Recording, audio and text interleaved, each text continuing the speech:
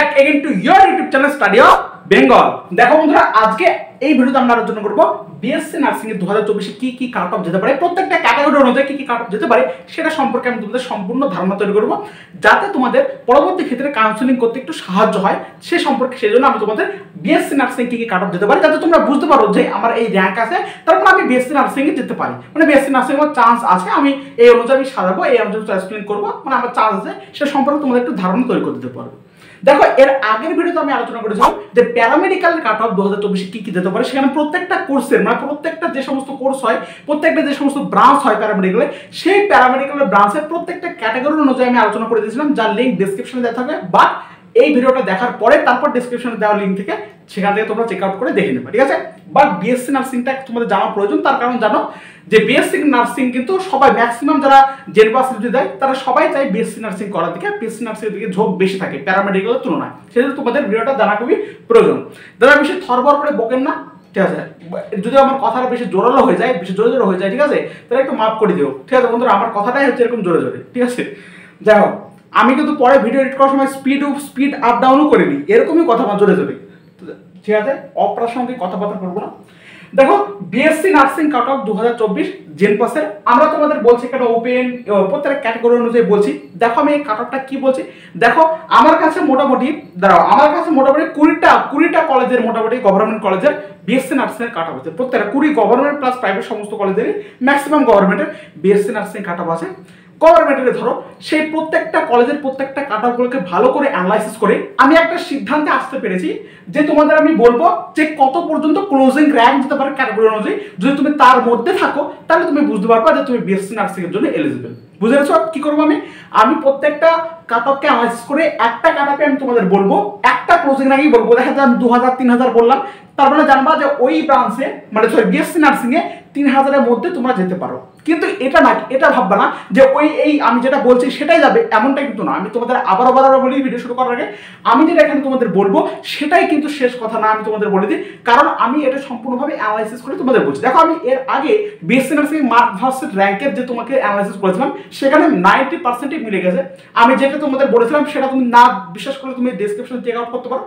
But এই counselling এ কোন কলেজে কি র্যাঙ্ক যাবে এটা কিন্তু কেউই সঠিকভাবে বলতে পারে না। বাট যে একটু ধারে কাছে, মানে তুমি একটা আইডিয়া নিতে পারো যে হতে পারে, সেই জন্য আমি তোমাদের বলা। সেজন্য আমি তোমাদের আবারও বলে দিই, যদি কাট অফের খুবই বেশি হেরফের হয়ে যায় তাহলে কিছু মনে করবো না, তার কারণ খুবই হেরফের হবে না আমি আশা করছি। তার কারণ এটা সম্পূর্ণভাবে আমার নিজস্ব অ্যানালাইসিস করে আসা, বিশেষ করে ভিডিও করতে একটু টাইম লাগে, বুঝলো তো। যাই হোক বন্ধুরা, এবার দেখো আমি প্রত্যেকটা ক্যাটাগরি অনুযায়ী বলি যে বিএসসি নার্সিং কি কি কাট অফ যাবে। এবার দেখো, আমি ফার্স্ট আসি ওপেন ক্যাটাগরি। যারা মোটামুটি ওপেন ক্যাটাগরি রয়েছে তাদের আমি অ্যানালাইসিস করে দেখলাম, একদম মিড একটা আইডিয়া আনতে পারলাম তোমাদের কাট অফ মোটামুটি 3100 পর্যন্ত যেতে পারে।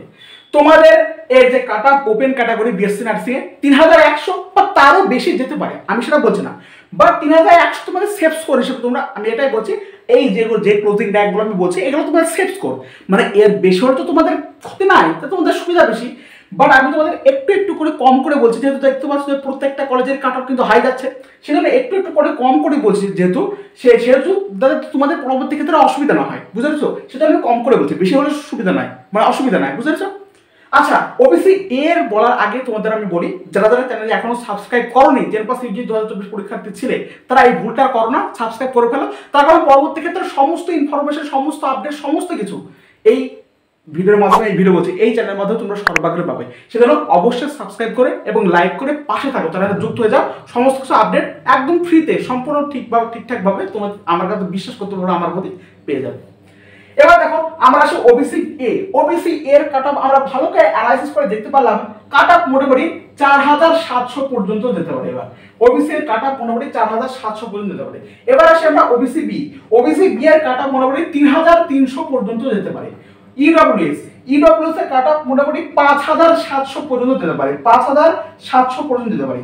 এসসি এর কাট অফ মোটামুটি 4800 পর্যন্ত যেতে পারে। তোমরা অনেকে ভাববা এসসি এর কম যাচ্ছে, আবার ইডব্লিউএস এর 5700 যাচ্ছে, এসসি এর তো বেশি দেওয়ার কথা, কিন্তু এমনটা কিন্তু না।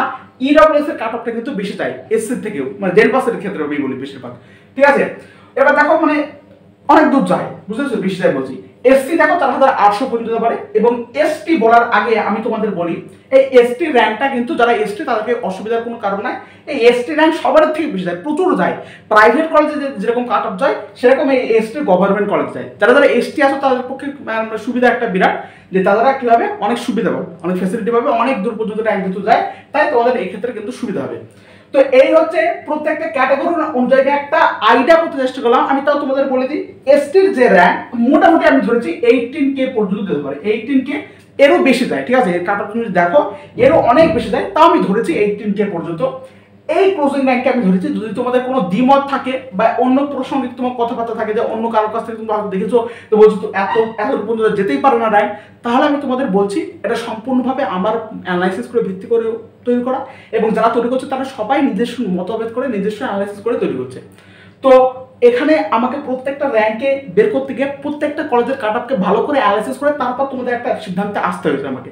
তো সেহেতু বলি প্রত্যেকের ক্ষেত্রে এটা আলাদা হতে পারে, তেমন কোনো ব্যাপার না। তাই আমি তোমাদের একটা স্বচ্ছন্দ ধারণা দেওয়ার চেষ্টা করলাম যে open category OBC A, OBC B, EWS, SC, ST এইরকম র্যাঙ্ক মোটামুটি তোমাদের যেতে পারে। তো এবার দেখো প্যারামেডিক্যালের কাট অফ অলরেডি আমার বলা হয়ে গেছে। তবে আমার এবার বেসিক্যালি মনে হয় যে বিএসসি নার্সিং এর কাট অফটা খুবই বেশি হাই যাবে না। দেখতে পাচ্ছ প্রত্যেকটা পরীক্ষারই কিন্তু কাট অফ হাই যাচ্ছে, ডাব্লিউবিজে বলো, জেএমএস বলো, প্রত্যেকটা কাট অফ, প্রত্যেকটা পরীক্ষার কাট অফই প্রত্যেকটাই হাই আছে। বাট আমার মতে এবার বিএসসি নার্সিং এর কাট অফটা খুবই বেশি হাই যাবে না, 2023-এর সেম টু সেম থাকবে আশা করছি। 2023-এর থেকে একটু হাই যেতে পারে, কিন্তু খুবই হাই যাবে না। আমি তোমাদের আর একটু সাহস দিয়ে আর একটু আশ্বাস দিয়ে রাখি যে তোমরা একটু নির্ভয় থাকতে পারো, জেনপাস ইউজের পরীক্ষার কাট অফের খুবই বেশি হাই যাবে না। তো এই ছিল আমাদের আজ বক্তব্য। আমরা বিএসসি নার্সিং কাট অফ তোমাদের সামনে বললাম, এবং অবশ্যই যারা নতুন ছিল তারা কিন্তু এই ভুল করো না, অবশ্যই সাবস্ক্রাইব করে চ্যানেলের পাশে যুক্ত হয়ে থাকো। সমস্ত আপডেট, সমস্ত ইনফরমেশন তুমি এই চ্যানেলের মাধ্যমে পেয়ে যাবে। ধন্যবাদ।